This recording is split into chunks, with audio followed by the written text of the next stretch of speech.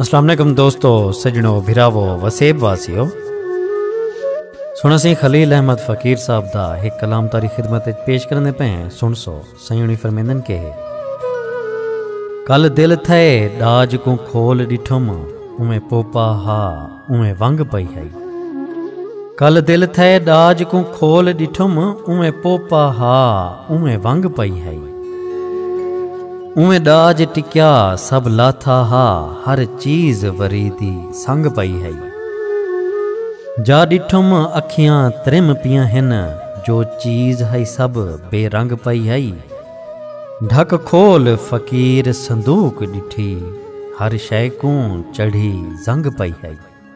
ढक खोल फकीर संदूक डिठी हर शय को चढ़ी जंग पई है। बहुत शुक्रिया सोना सी कमाल मेहरबानी दुआइयां याद रखे सो। अल्लाह पाक तुआ को सारे वसेब को अपने हिफ्ज़ अमान च रखे। रब सोने दे हवाले से।